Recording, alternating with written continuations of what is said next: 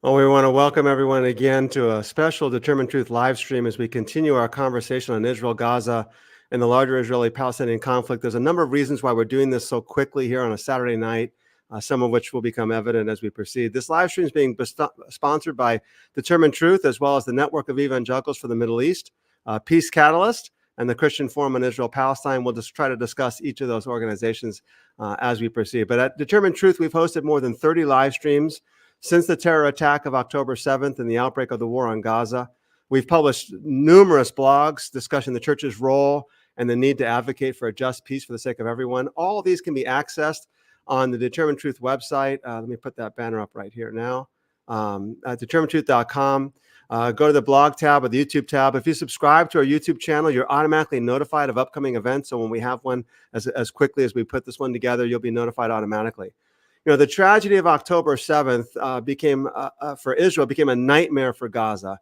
There are now more than 40,000 people, Gazans dead, 90,000 or more injured, another 10,000 are missing and presumed dead. There's now an outbreak of polio. More than 100 hostages have yet to be released, and their survival is still even in question. And the world's attention has been, for the past 11 months, understandably focusing on Gaza. But there have been warnings that things are not well in the West Bank. Prior to the attack of October 7th, 2023 was already the deadliest year on record for the Palestinians in the West Bank. And unfortunately, extremist elements in the Netanyahu government have seized the opportunity to have the focus on Gaza to increase violent activity in the West Bank. The number of Palestinians in the West Bank that are being detained in Israeli prisons has more than doubled in the past year. Reports of torture and sexual violence have been widespread. Christian Forum on Israel-Palestine did an interview with Munther Amira. We encourage you to go watch that, but be careful and be forewarned that some of that is explicit and not meant for children. There's also been a significant increase in settler violence against the Palestinians.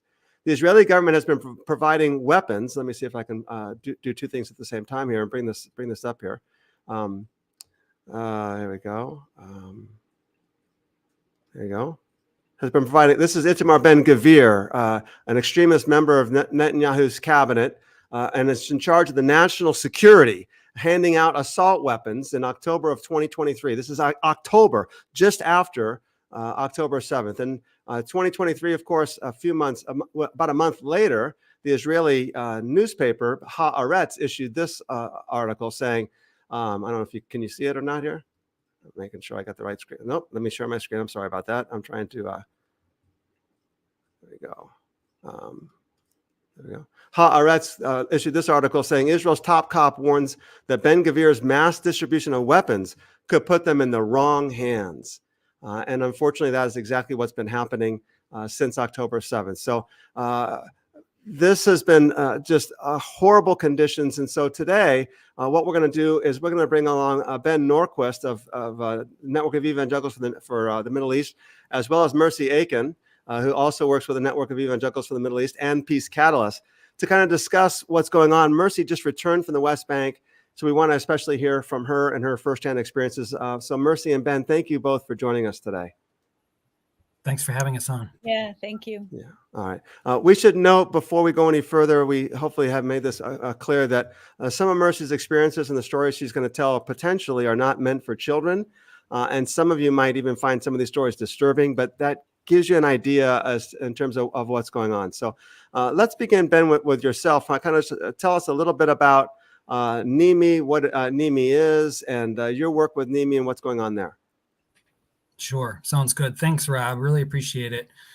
Yep. So I'm the director of the Network of Evangelicals for the Middle East, or NEME, as we've been calling it, which is a collective of Christians, evangelical Christians, and just sort of everyday Christians and pastors and students and scholars as well, working together as followers of Jesus towards justice and peace. And we're pursuing holistic approaches to resolutions to the conflict in the Middle East. And we're just very sensitive to the sometimes detrimental ways that, American Christians and the evangelical church in the United States has been involved in the Middle East in the past.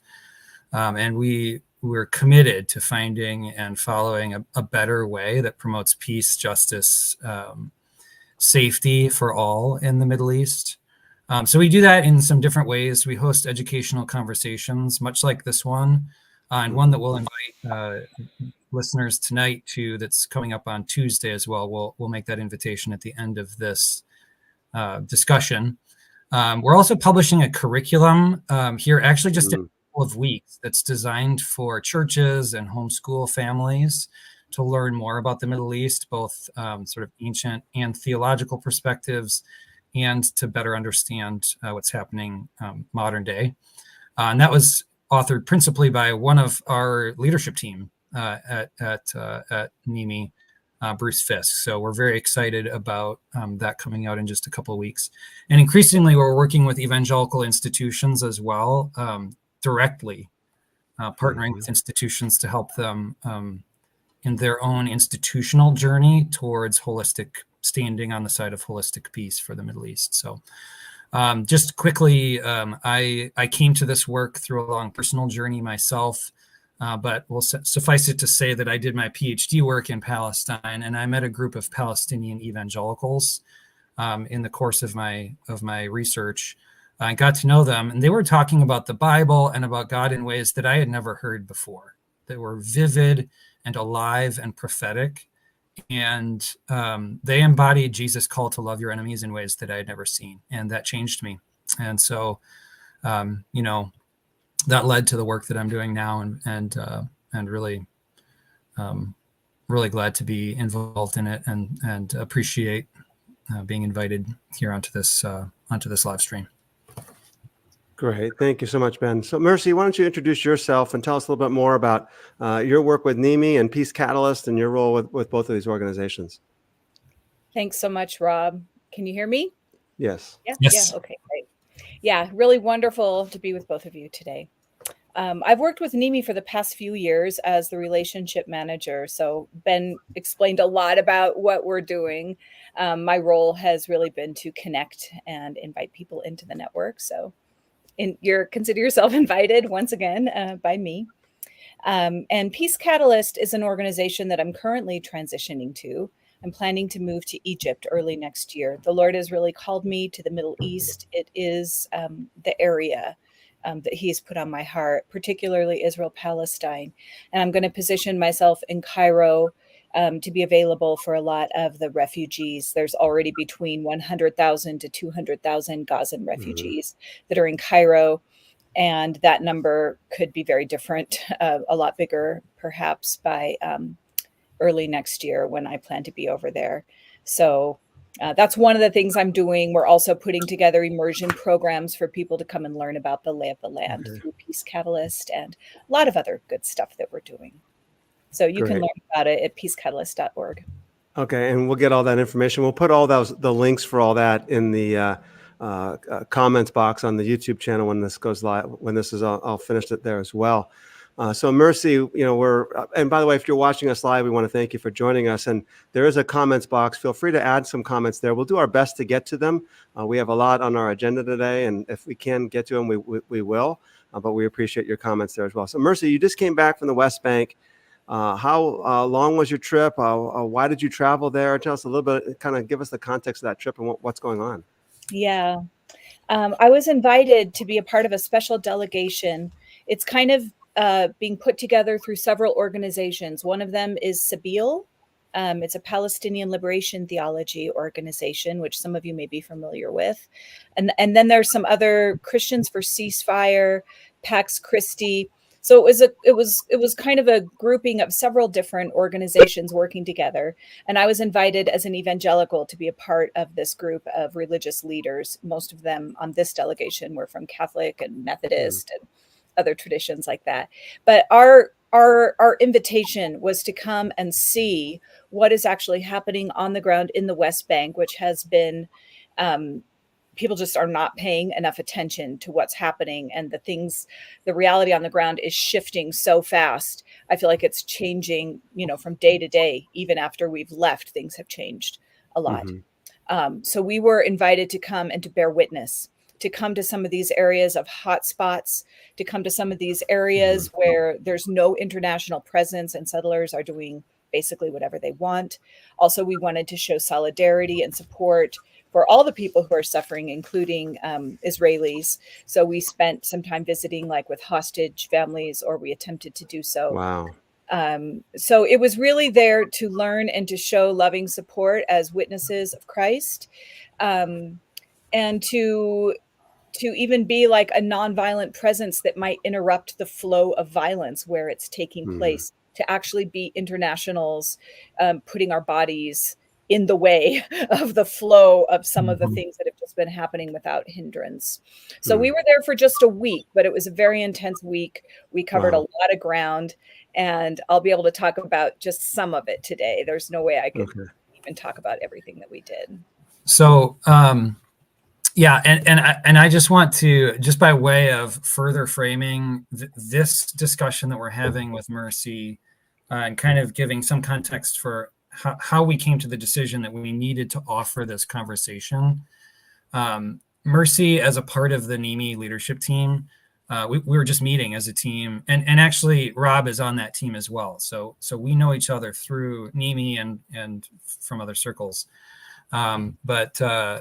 So just the other day during our leadership team meeting, we opened by asking Mercy if she would share a brief update with us, just internal to the NEME leadership team, about what she saw when she had just recently gotten back. I think she was still recovering from jet lag, if I remember correctly. And what she shared floored us. And there were tears, and we didn't know what to say. We didn't, people talked about feeling undone. I had an agenda, and we set that aside because what happened, what we heard her share, it created a new set of priorities for us in that moment. And one of the things that came out of that conversation that ensued was, this is something that is critically important for us to share, and to share quickly. To share now. To share now. Exactly. Yeah. Thanks, Rob.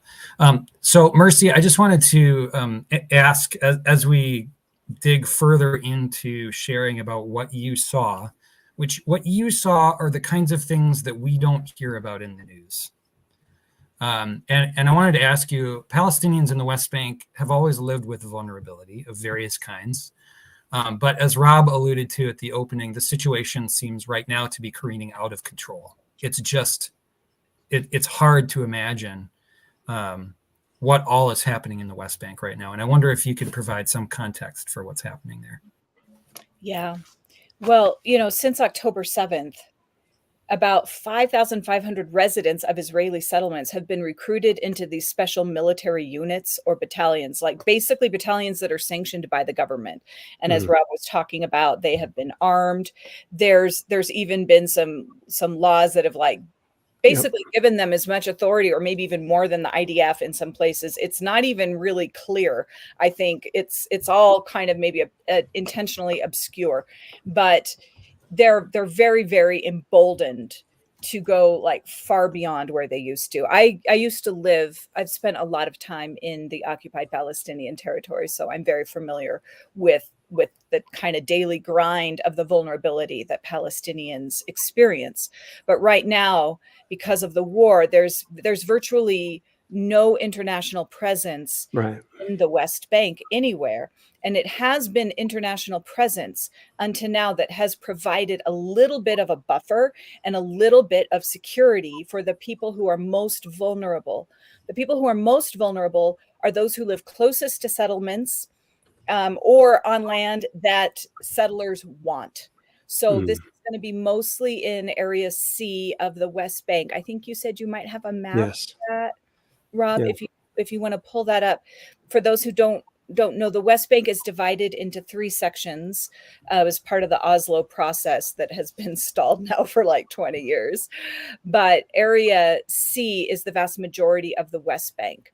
This is area that is under Israeli control. It was supposed to be handed over to Palestinians in increments, but it never has been. In fact, settlers have just been moving into it more and more. So the Palestinians who live in this area, basically the white. The yellow is Area C. Okay. The Palestinians live in the white, correct? Yeah. Okay. Yeah. So it's the vast majority of the West Bank. Where you see the little dots, those are areas where Palestinians have a little bit more authority.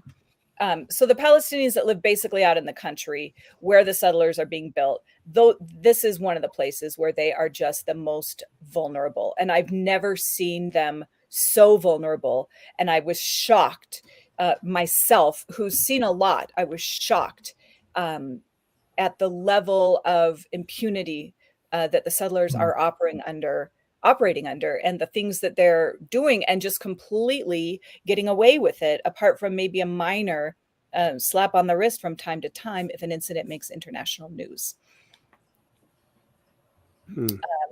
You know, and I'll just say, you know, everyone always talks about Israeli security, and Lord knows we want the Israelis to be secure, but I think it's time to start talking about Palestinian security as well. It's way past time to start talking about Palestinian security.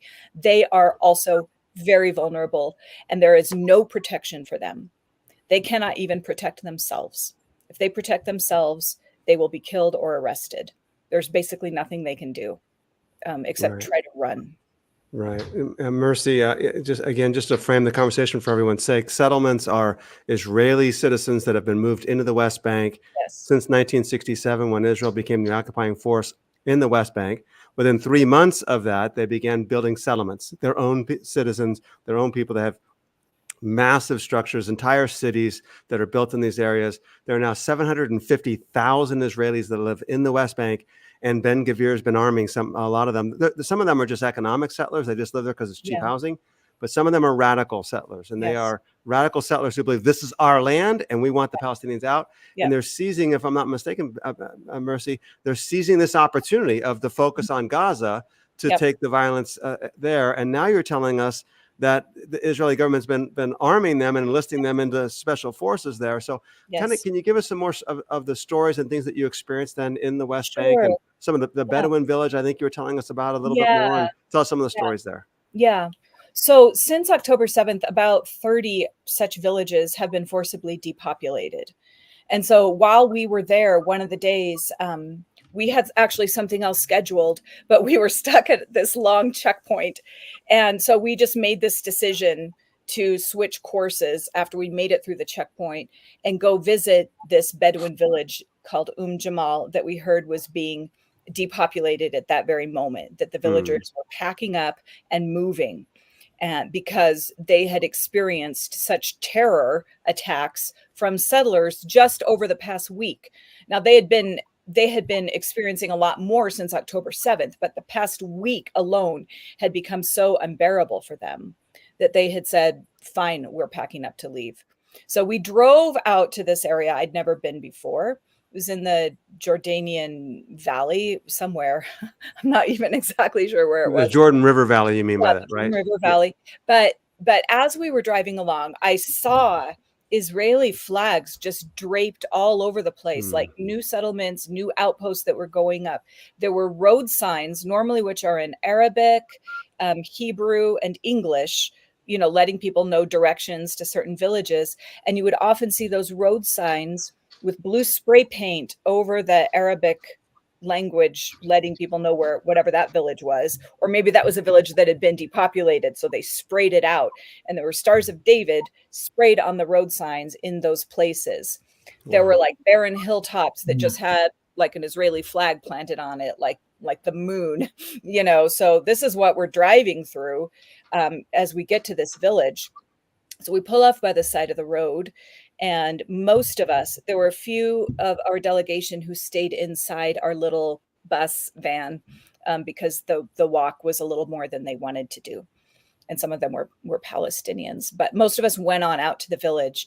Out there, we found an amazing, really tough Israeli woman who had been staying out there with this village and other villages in the area, trying to be that protective presence that is no longer provided by internationals. There were actually 2 Israelis out there, kind of sunburned, and they'd been just staying out there.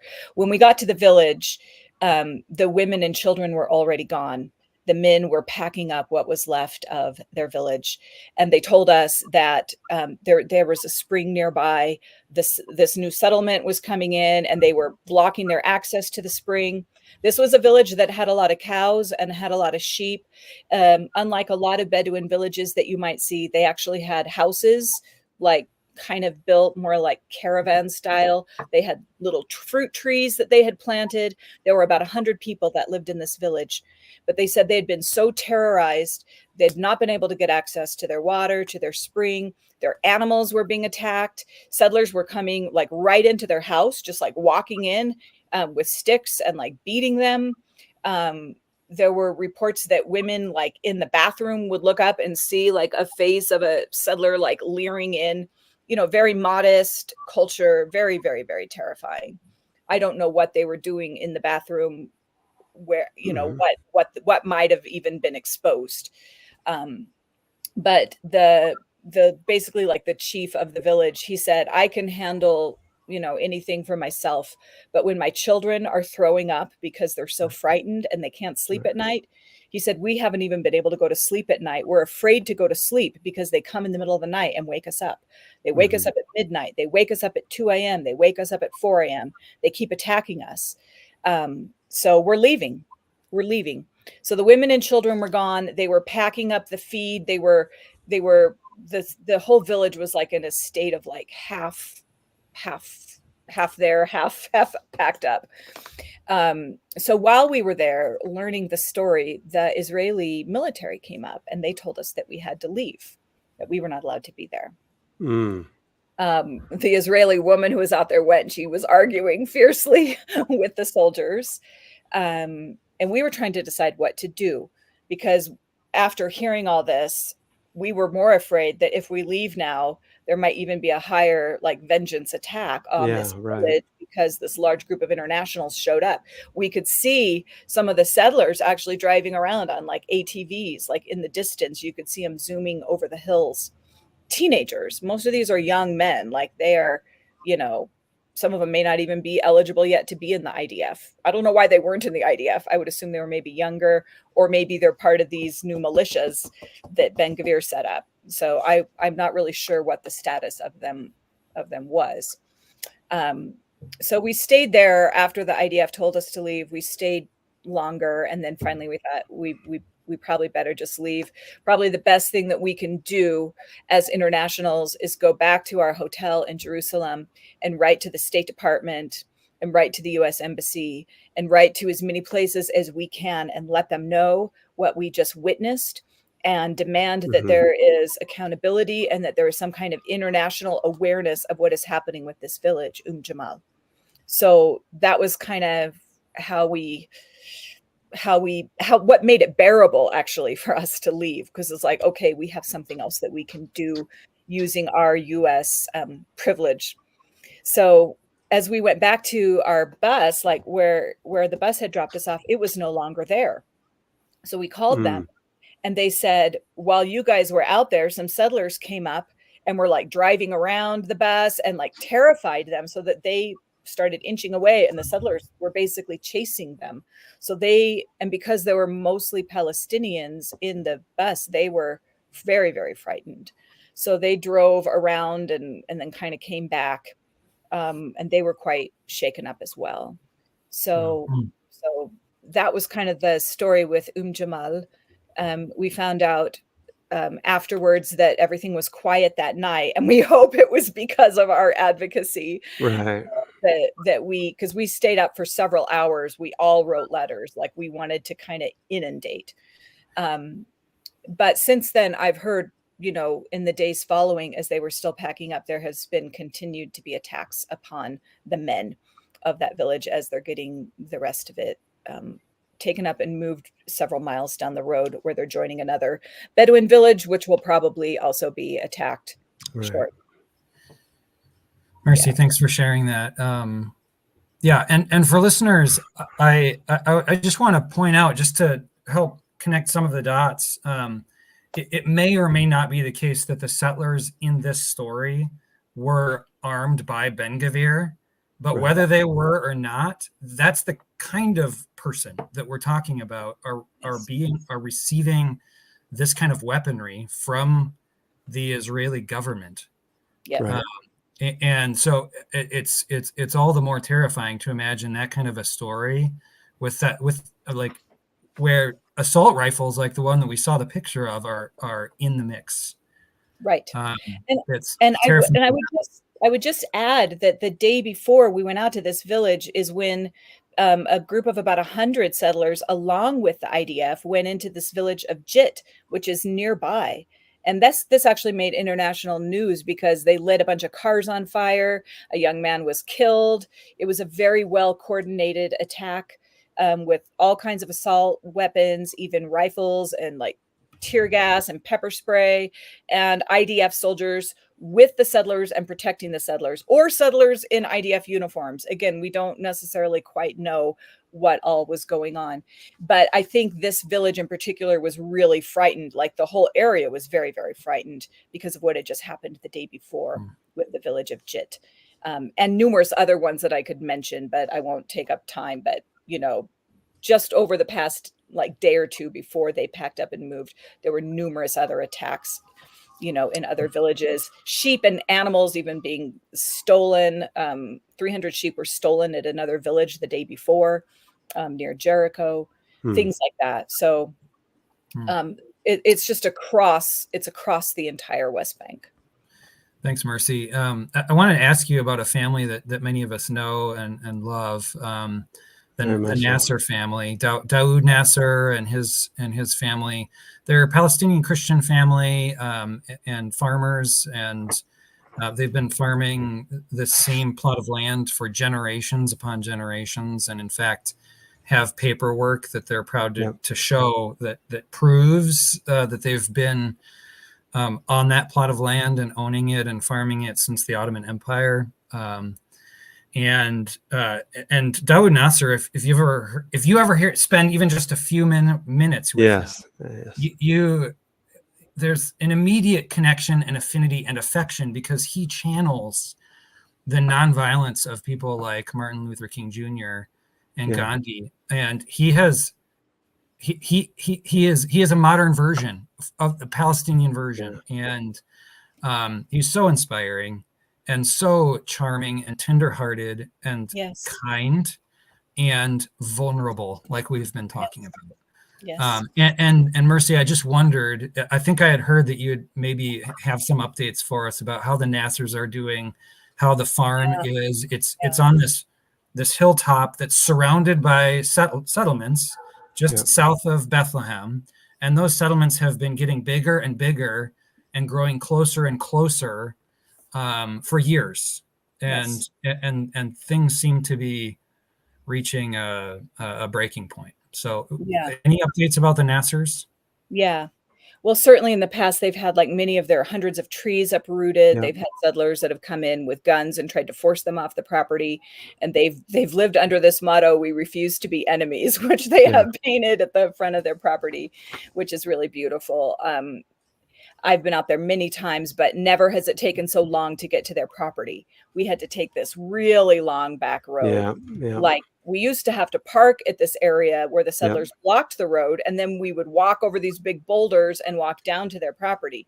You can't do that anymore. That is completely off limits for them.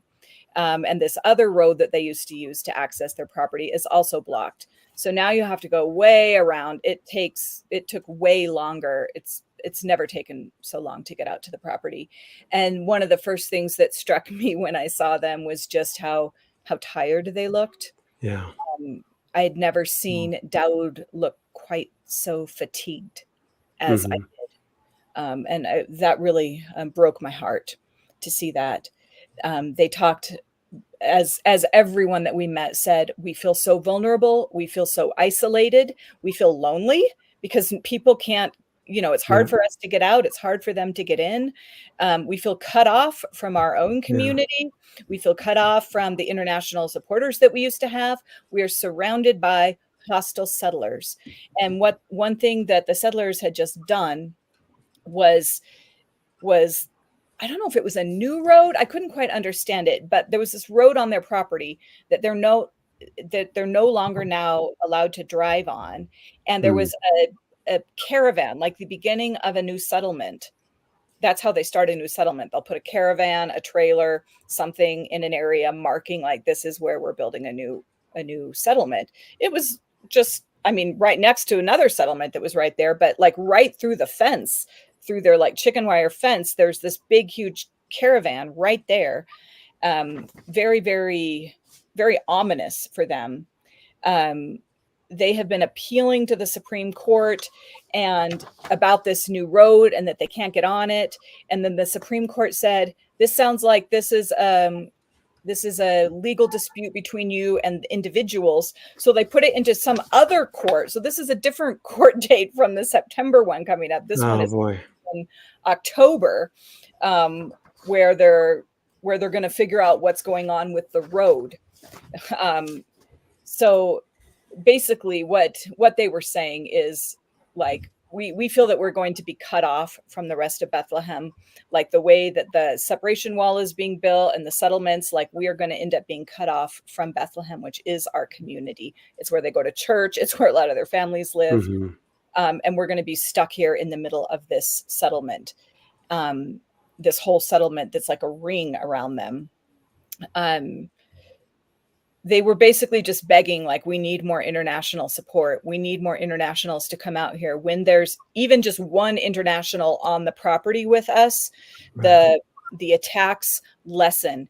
And when we'd gotten out there, there were 2 women from Northern Europe, I forget which country, that had just arrived. So they were really, really grateful to have these women there. But that was one of the appeals that Daoud, and I'll just echo it for anyone listening, if you feel a stirring in your heart to go out there and just be a protective presence and live on the property with the Nassers, they would really, really appreciate that right now, because they are so isolated and so vulnerable. And what's the way things are shifting right now, they're hanging on by a thread, but they're determined to hang on and not give up. So that's kind of where they are right now. Wow. And for those of you who watch on the Determinetruth blog site, I encourage you to just click on any blog, and that'll take you to a Pathos site. And on the Pathos site, there's an archives tab. And under the archives tab, you can choose a subject, Daoud Nassar. I've written several blogs on Daoud. He's one of the men that I think of the story of Stephen, that his face looked like that of an angel when he was arguing with the Apostle Paul, when he was arguing with the Jews in Acts chapter 6. This is what unbelievable Christian man. If those of you guys that have been there, you've worshiped with him in the caves, and that is as close to heaven as you're ever going to get this side of eternity. So Mercy, we talked already about the settlements a little bit, but you had another experience with a Bedouin village that actually has been declared al-Makuri, designated a UNESCO World Heritage Site in 2014. So the Cassia family, I think it is, in the Makur Valley. So can you tell us about that? Yeah, that's actually not a Bedouin village. This is an area that's right outside of Bethlehem. It's area that has just been Christian land, like outside of Beit Jala. And so and there's this beautiful village from Beit Jala, like you can walk down through the olive groves and you can walk to this little village called Batir, which is part of the World UNESCO Heritage Site because of these ancient terraces and these old Roman waterways that are still in use. And the village is just this beautiful, quiet little farming village. It's the last green space in Bethlehem. So it's the last place where Bethlehemites, if you want to get out of the very, very crowded municipality of Bethlehem, you have to realize that almost all of their green spaces have already been cut off and confiscated by the separation wall, by new settlements, by settlement roads, by, settlement areas, by military firing zones, whatever. And so this is pretty much the only green place left that they can go, an area that used to be fully surrounded by, groves and just beautiful countryside. And now this area is also under extreme threat. While we were there, I think it was Peace Now, which is an Israeli organization that sort of keeps tracks of settlements. They released the boundary lines of this new settlement that had just been legally approved by the Netanyahu government. to build right in this area. And so there's this Christian family, the Casilla family. They had a restaurant there. I remember it when I used to live over there. It was demolished in 2019. And the Casilla family, though they have the property, they have the papers showing this is our land. It's completely legal. They are actually citizens of Israel, at least some of the family, although they live in the West Bank. So there's absolutely no legality for like the demolition of the restaurant. But then on July 31st, just a few weeks before we arrived, settlers basically stormed into their house and forced them out. They took their belongings and just started throwing it outside of their house. And with guns and stuff, they said, you guys have to leave. They evicted them from their house. So no choice but to leave. And so they set up a little tent on the other side of part of the valley, on the Beit Jala side, a protest tent where they were staying day and night and holding press conferences. And again, as we saw in a lot of these hotspots, there was this beautiful group of Israeli peacemakers, a group of combatants for peace who were staying there with the Casilla family. And there were other activists, Israeli and Palestinian, who were also staying there with them. And they said that they had tried to go back to their house and a big gate had been put up, a new gate, a blue gate with a big blue Star of David on it, so that they could not even get into their property anymore. Now, their property isn't even part of where this new settlement is supposed to be. Like, it isn't even within the boundaries, but it's nearby. And so the settlers are just taking it. So we listened to Alice Casilla. She's a young woman, 30 years old. She's the daughter of the family, and she explained, everything that happened. And then as a group, we prayed, we sang songs, we kind of marched towards the house, a bit. And so we were there to show solidarity and make, learn from what was happening. Shortly after we got back to the States, we saw pictures of Alice all over the internet. She was like getting in a fight basically with a settler because she had tried to go back to her house and the settlers were like attacking her. And she was, kind of standing there like just trying to make a statement. I cannot get into my own house and my own property. So the Israeli army came and arrested her, not the settlers. They arrested her and her mother and they put them in jail.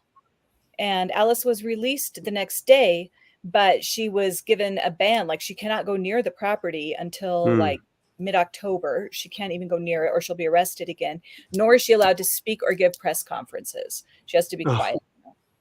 So, so that was another very, very devastating example. The Casilla family is sort of at the forefront of it, but it's this whole valley. It's this whole Mahrur Valley that is going to be cut off from Palestinians.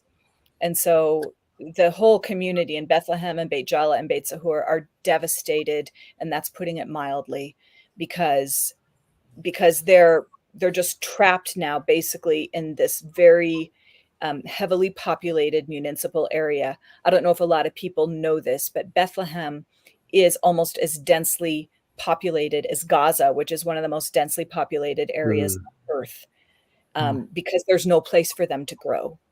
And so with the cutting off of this last area, it's like Bethlehem is truly becoming a closed up ghetto with no outlets whatsoever. Yeah. And if you're listening to this story and thinking, what? I don't understand. Like, settlers just showed up and went into the house and threw furniture out and threw people out. That doesn't make sense to me. Like, that can't be. It can be. And it's not, it's not unique. That is an extremely typical story of how Palestinians lose their homes in the West Bank, especially in Area C. It happens in East Jerusalem as well. There are neighborhoods in East Jerusalem where that is the story. And it is a dynamic that is feasible and that becomes more plausible because the IDF protects settlers, even if settlers are violating the law. Right. If settlers are violating a Palestinian's property rights, and the Palestinians resist, the Palestinians are the ones who will be sanctioned for that, for Yes. resisting. Exactly. And so it creates, it goes back to the vulnerability that we're talking about. It makes Palestinians who are experiencing that utterly helpless, which is why international attention and presence and support is sometimes the only thin line between a Palestinian being able to keep their village or their home and a Palestinian becoming a refugee in their own land. So, Mercy, I wanted to ask you about Hebron, and just to kind of frame the question up a little bit for listeners. Hebron is a city in the West Bank. It's a Palestinian city, an ancient city, very important to a lot of different groups in the land. But it's very unique in terms of its relationship to the Israeli occupation, because whereas settlers are typically outside of Palestinian communities, might be very close, but they're outside of. In Hebron, Israeli settlers actually moved into the city and have created urban settlements inside of a Palestinian city, which makes Hebron sometimes one of the most violent, one of the most prone to, a powder keg. Violence is on a hair trigger there. And Palestinians are, in a particularly difficult situation who live in or are from Hebron. So there's, in fact, so this is a picture of one of the market areas. Most of the Palestinian market, the economy there was strangled to death several years ago. So it's a ghost town, but there's a little strip there where Palestinians still have shops. And if you're walking along there, I know this because I was there, and if you look up, you'll see it's stretched. They've stretched chain link, chicken wire, whatever they can find across the top of the market street, creating this kind of protective ceiling, because the Israeli settlement, part of it is in the upper floors of the buildings on this street. So they're that close. They're literally on top of the Palestinians there, and they habitually throw their garbage and refuse out the window down into the Palestinian street. They'll throw bottles of their own urine out, and you look up. I saw bottles with urine sitting up there, and Rob was describing to me before this call how when he walked down that street, it was just putrid smelling. Yeah. For these reasons, it's egregious. So just wanted to give some sense for the situation and the other layer is because the settlers are there, just like we were talking about, the Israeli army is there as well. And the fact that all of those groups are in such immediate proximity to each other makes it a very difficult place. So Mercy, I wanted to see what you heard about Hebron while you were there, if you have any updates for us about that. Yeah, so Hebron was very intense. We went and visited a well-known nonviolent peace activist there called Issa Amro. Both Issa Amro and Daoud Nassar, who we just talked about, they have both been profiled in the New York Times since October 7th as like Gandhis of Palestine, nonviolent activists of Palestine. So they're getting very, very well known. So we went to visit Issa, who lives within the settlement, basically a whole street that was taken over for the settlement. And there are some Palestinians who still live in some of the homes nearby, almost mingled in with the settlement. And the settlers are doing everything they can to try to remove these Palestinians from this area because they don't want them around. I should say part of the reason Hebron is such a hotspot is because it is where all the patriarchs and matriarchs of ancient Israel are buried. Abraham, Isaac, Jacob, Sarah, Rebecca, Leah. everyone except Rachel, who died outside of Bethlehem. So it's a sacred place for Jewish people, and I understand why they would want to pray there. And the Muslims too, though, right? Because they're still patriotic. And it's Yeah, important for Muslims. It's yeah, you know, Christians and Christians, want to go there and see it. You know, so I don't have like a lack of sympathy for Jewish people who want to live in Hebron. I can understand that impulse. It's just the way that this whole thing is being done is so contrary to anything that represents anything that I think that we understand or know about God, or what Abraham himself would want. I just have to clarify that. When we tried to get into the area where Isa lives, the checkpoint was closed. The only way you can get into this area is to go through checkpoint. There's 2 checkpoints. First one was closed. The soldiers would not let us through. We tried on the other side. The soldiers would not let us through. They said, the settlers will beat you up if you go in there. It's for your own protection. We're not letting you in because the settlers will beat you up. We were like, okay, that's interesting. But we found a way. There was another entrance that someone knew about. So we walked through some back entrance and we made our way to Isa Amro's house. Isa told us, again, he thanked us like Dawood Nassar. He said basically the same thing. Your presence is everything. We are so isolated. He talked about the Palestinians living in this area. He said, we can't get anything we need. Like, you know, if your toilet stops up, you need a plumber. You can't, if you're a Palestinian, you cannot get a plumber to come in and fix. Or if something breaks and you need, you know, someone to come to the house, they can't have any of that. He talked about how difficult it was for them just to get out if people were sick or injured. He said just yesterday, he said, my father needs to go to the hospital from time to time. It took us hours of calling and arranging. And even though the hospital's just right outside and that would take the ambulance like 2 minutes to get here, it took hours and hours. Then he talked about an older woman who some months ago, he said she was very old.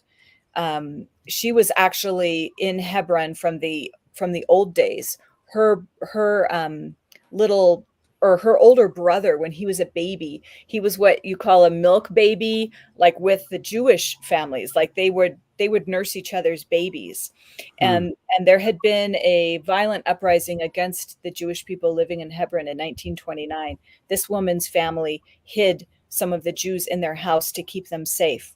So here she is now, a very, very, very old woman who'd fallen down and her head was like really damaged. And the family was trying to get her out. Well, you have to coordinate everything through the Israeli military to even have an ambulance come up and get them out through the ambulance. And it took hours and hours and hours. They finally called Isa to help, and he intervened and tried, you know. And so he was just using these as examples of saying, people are dying. Like, people with acute medical needs are not being able to get to the hospital in time because they're not allowed. The settlers and the army, whatever, they are not allowing it. They're deliberately slowing it down. Like it takes 2 or 3 hours to get an ambulance approved. Then it takes an hour for the ambulance to get there when it's only 2 minutes away. And then it takes another hour or 2 to get the person out through the checkpoint to the ambulance. And if you're in an acute medical emergency, that could be a difference of life or death. Isa himself was kidnapped by the settlers on October 7th, the day that Hamas was launching their attack in Israel. The settlers came wanting, you know, vengeance. And Isa is someone that is easy to pick on because he is bold, he's strong, he speaks up, and he's not intimidated. He's basically the leader of all of the Palestinians living in this area. So they took him, they cuffed him so tight that like his circulation was cut off for 10 hours. They blindfolded him and gagged him, and they took him somewhere where then they began beating him. They sexually assaulted him. They were mocking him. You know, they were taking selfies with him. He said it was the 10 hours, the 10 most difficult hours of his life. And he didn't really give like specific details beyond those, what he said. But since he's been released, he's had death threats. Settlers have come up to him and have said, we're watching you. We're going to get you when we can. And he said, basically speaking as though he's a dead man walking, like he's ready to accept martyrdom. He said, I'm going to stay here. I'm going to keep speaking because this is the right thing to do. We want to live in peace with the Jewish people. We don't want to be at odds with them. This is a land that we can share and we can live together. But it can't be, under one exclusive religion having the dominance and pushing everyone else out. This isn't the way of God, he even said. Earlier, while we were trying to find a way to meet Isa, there was this boy, young teenage boy, who was following us, trying to sell these Palestine bracelets, and he was just unrelenting and like, please buy, And Omar Harami, our leader with Sabil, he said, this young man reminds me of the persistent widow. He finally stopped our group and he said, maybe someone should buy something from him. So we started talking to him, and we found out that he also lived inside the settlement like Isa. And so the boy began telling us how he had also been kidnapped by the soldiers a few months earlier, and he'd also been beat up by them. And that he said that the settlers, it wasn't just the men who did it, but they brought in their children as well. So their sons would, like, the dads would be beating him, and they would teach their sons to also beat him. And the dads would urinate on him, and then they would teach their sons to also urinate on him. And they took all of his things that he was selling, like his little Palestine bracelets and stuff, and they burned them, and then they let him go after a while. So again, it's just this acute vulnerability of these people that are living next to the settlers, who are basically just doing whatever they want and getting away with it. There is no accountability for them, and that's got to change. Thanks, Mercy. I know that your focus was the West Bank. That was the main purpose for your trip, was to experience some of these places and hear some of these stories and meet some of these people. But I wonder if you did have a chance to meet with any Israelis or hear any of those stories as well. Yeah. Thank you for asking about that.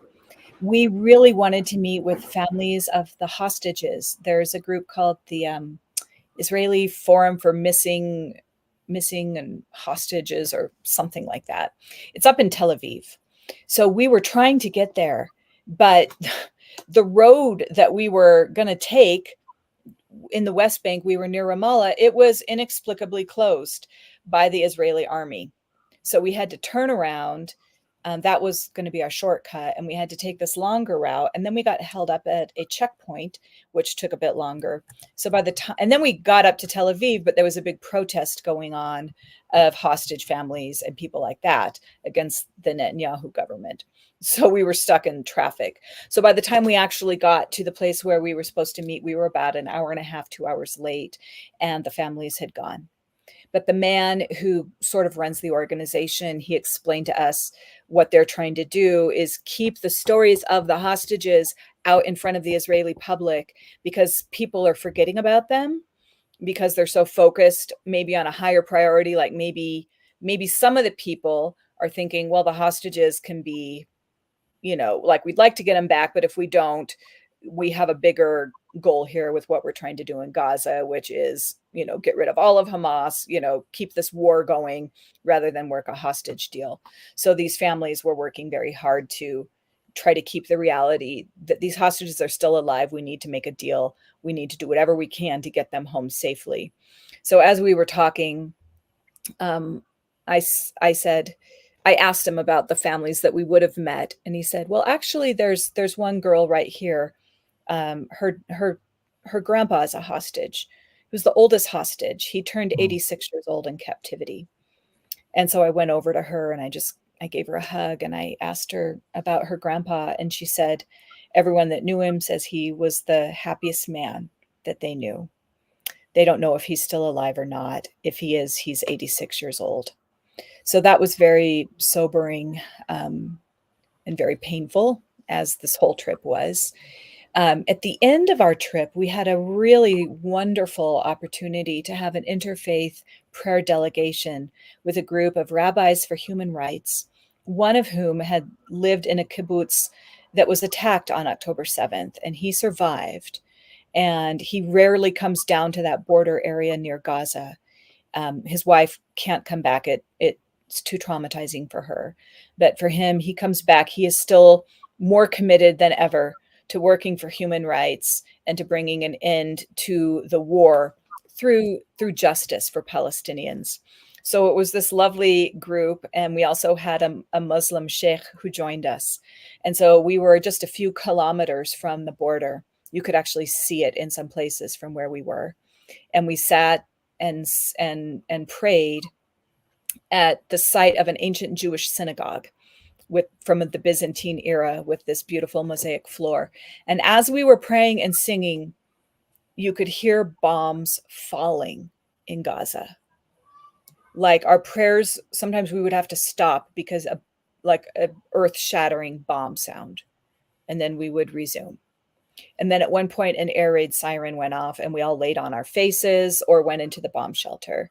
So we really were like right at the edge. And then the rabbis took us to an area where you could look over and you could actually see like the blackened corpse of the skyline of Khan Yunis. And like to stand right there and to see like these buildings, this jagged skyline of broken buildings, black and gray, just blackened. And to hear the bombs landing there is something that I will never forget. So we had a wonderful time with these Israelis, though. And I want to stress that point because, as I've been repeatedly mentioning, and I want to drive this point home, everywhere we went, there were Israelis who were there showing protective presence. They are a minority, but these people are all the more brave considering the flow of their society right now as a whole. They are really going against the grain. And so I just want to acknowledge them. I want to acknowledge their courage. I want to acknowledge their compassion and their commitment to an ethical vision of what they want represented by their Judaism and by their country. So, so that was also very intense and inspiring in a way. And then after that, we went to an area where a group called Standing Together, again, an Israeli group. This was in the Negev Desert in Israel proper. Standing Together is composed of Israeli Jews and Palestinian citizens of Israel who are working, standing together. And they were packaging food to be sent into Gaza, and they were all working together. And that was the most cathartic thing I think that we could have done as a way to sort of end our trip, was to join these Palestinians and these Israelis, taping up big boxes of food and getting them loaded up into these big lorries that we hope and pray have made it into Gaza. I don't know, we hope and pray that they made it into Gaza, but all of the food that we were loading had been donated by citizens of Israel, who mostly probably Palestinian citizens, but also Israeli citizens of Israel who cared, who had gone and purchased just piles of, rice and canned foods and all kinds of stuff. There was also a big mountain of stuff that was not allowed into Gaza that people had purchased that had to be set off onto the side. And in there, I noticed like za'atar, I saw candy, chocolate cookies. I saw a lot of forms of soap that is not being allowed into Gaza. But at least we were packaging the food together. Mercy, thank you so much for just sharing all this with us. As we kind of begin to wrap this up here a little bit, can you kind of share with us a little bit what are the Palestinians saying to us in the West? What are they? You've iterated already that they want internationals to come. They need international presence as well. Obviously, prayer is something we need to do. But what are they saying to us in the West, or even about us in the West? They're begging us to use our voices, to speak out to our government, to put pressure on our government. They're begging us to come visit.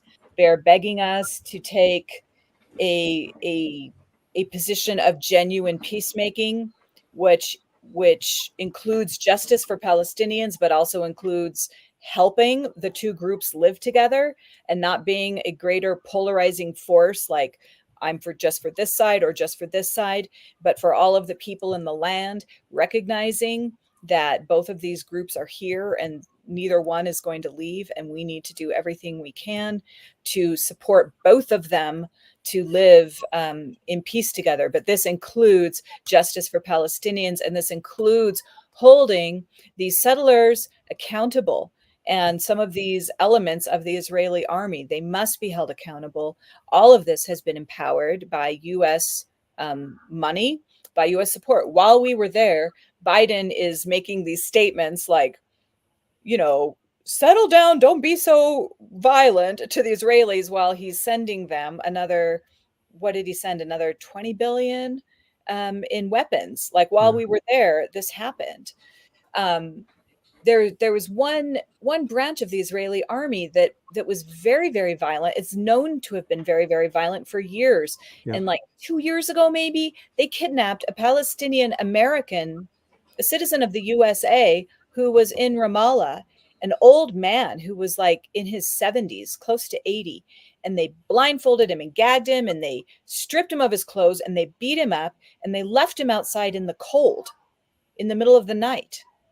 And it was so then the family, who are also U.S. citizens, appealed to the U.S. government. You need to put sanctions on this unit of the Israeli army. What they're doing, look what they did to a U.S. citizen. Are they going to be held accountable at all? They should not be armed. And the U.S. government was like, okay, we're going to put sanctions on them. But we lifted it on August 9th, the sanctions against this particular unit. It wasn't carried through. So every time we kind of play around with this and we say we're going to put sanctions, or we're going to hold some kind of accountability with how our military funds are spent, and then we don't do anything and we backpedal on it, all it does is embolden the most radical elements within the army and the settlers to do whatever they want, because they perceive that, rightly so, as essentially a hands off from Washington, D.C. and a green light to go ahead and do whatever they're doing. So our country is directly, personally empowering what is going on. And I would just say, for those who may be listening, who you mainly just care about Israel, maybe you don't even care about Palestinians, Israelis are the ones that you are concerned about, I beg you to consider if this position that our government is taking is helping Israel be safer. Is it helping Israel be the kind of state that it's supposed to be? Or are we acting not like friends, but like enablers? Right. So this is the distillation of what I really took back from all the different Palestinians that we heard. And even Omar, who was leading our trip, he spoke with compassion about some of these young settlers. He said, these boys are teenagers. He said, think of other areas in the world where children are recruited into armies. Like we know of cases in Africa, you know, where they're forced to be in armies and they're kind of brainwashed as teenagers, teenage boys, to go out and do horrific things. And that's a form of child abuse. Yeah. And that's what Omar called it. He said, these Palestinian or these Israeli young settler boys who are doing this are also being abused. They need to be set free as well. I thought that was very beautiful and very compassionate, and also very true. So I would beg people to look at what I shared a lot of things that are really horrific, but I would beg people to look at this with the compassion of the Lord for the healing of Palestine, of Palestinians and Israelis. Yeah, thank you so much, Mercy. I just wrote a blog just yesterday that said if this continues any longer, Israel is in dire jeopardy of existential survival as well. So, Mercy, tell us a little bit about, let's talk some next steps here really quickly as we kind of close. Where can people go, resources, and what can we do, and actions, next steps? So tell us a little bit about the NEME prayer meeting that meets once a month also. So, all right. If you believe in prayer, as I do, we have a prayer meeting once a month with NEME. It's always on the first day of the month, and you can get the link on the website. It's at 5 p.m. Arizona time, which is Mountain Standard. It's kind of funky. Look into it, but it'll be 5 o'clock tomorrow. Please come and join us for prayer. But also, I will quote Omar again. He was just so quotable. He was like, don't pray if you're not going to do anything. He was very blunt. That's good. You know, and I'm like, you are so right. You know, so Yeah. pray, but don't just pray. Okay. Prayer alone is not enough. Like, everyone can pray, and we should be praying. But I think we can use our voice in other ways too. And I think now more than ever, with this election that is looming, I think we need to put as much pressure as we can on the Democrats and the Republicans. Yeah. Whoever your representative is, whatever the party is that you affiliate with, put pressure on them. They need to hear from people of all sectors of society. As an evangelical Christian, I want them to hear from me. So I'm actually planning to go down to Phoenix and talk with my state representatives, and I may even go to DC later this fall, because it is so urgent and it is so pressing, and we need to put the pressure on our government to stop funding this and stop providing diplomatic cover enabling this. It's on us. We have to bring the change. Amen. Amen. Ben, can you share a little bit about some of the things that NEME has going on? I know we got a live stream coming up on Tuesday. Yep. Tell us a little bit about that and some things with NEME. Yeah, that sounds good. Before I do, I just want to follow up and build on what Mercy said with a very practical place to go to figure out how to approach your elected officials. NEME works very closely with another organization called Churches for Middle East Peace, or CMEP. And they're based in Washington, D.C. They have an advocacy division, and their website is very helpful. If you go to their website, you can find very practical instructions about how to figure out who your elected officials are, and some talking points and ways that you can reach out to them that make it really simple. So, and their website is cmep.org, I think. So yeah, it's scrolling on the bottom. Oh, that's perfect. Thank you. Yeah, and then as far as NEME is concerned, I'd like to invite you all to another live stream coming up Tuesday that we're hosting. One of the things that NEME is committed to is bearing witness. And that's what tonight's webinar was really all about. We were so pleased that Mercy was able to go and bear witness and then bring that report back to us so that we can bear witness to what's happening in the lives of Israelis and Palestinians. But what's happening on Tuesday is something else that's very important to us as well, which is that we want to be continually examining evangelical biblical interpretations about the Middle East, especially in the ways that it has been used historically to prop up misperceptions about the Middle East and mythologies that we all kind of carry in our heads and hearts about the Middle East that need to be cleared away in order for us to bear witness to what's actually happening in people's lives. And so in order to do that second thing, that's what this webinar is about, specifically about responding to the ways that Christianity Today, which is a flagship evangelical magazine, has taken an editorial approach in the last year to the massive violence in Gaza and to Israel and Palestine that repeats and extends misperceptions. And their coverage has been largely silent on many of the kinds of stories and issues that we talked about tonight. Right. And we want to respond to that as NEME, as a community of evangelicals, to talk about what they missed and to fill in some of those gaps. So many of us are regular readers of CT. So it's not a hit job. It's critique in love. A plea with CT to expand the coverage, expand the story, look with a wider lens. So please join us. That's 11 a.m. Pacific time and 2 p.m. Eastern time on Tuesday. And you can register on the NEME website. It would be neme.network/events, and you'll find a link to register for that. Hope to see you there. Great.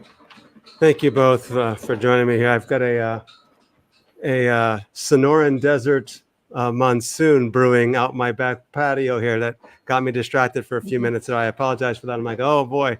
So I had to mute my mic. I don't know if you can hear the wind blowing out right now as it goes as well. But Determinetruth, I wrote a book just for those of you guys that want to look talk about the theological issues called These Brothers of Mine a number of years ago. I have an updated version of that book, a smaller version that should be coming out in the next couple of months. So pay attention for that as well. You can access all the Determined Truth live streams on determinetruth.com and subscribe to our YouTube page. The Christian Forum on Israel-Palestine, of course, has a live stream actually the hour before the NEME live stream, where we're going to be interviewing David Crump and his book, Like Birds in a Cage. So that's on Tuesday as well. You can get the link for that on the determinetruth.com homepage there as well. And obviously subscribe to the Christian Forum in Israel-Palestine YouTube page as well. And so we will continue this conversation. We can't stop. We just, we're grieving now. And I think I just want to thank you so much for joining us all. And thank you so much for your time here, Mercy and Ben. Thanks for being with us, everyone. Thank you. Wonderful to be here. Thanks for listening.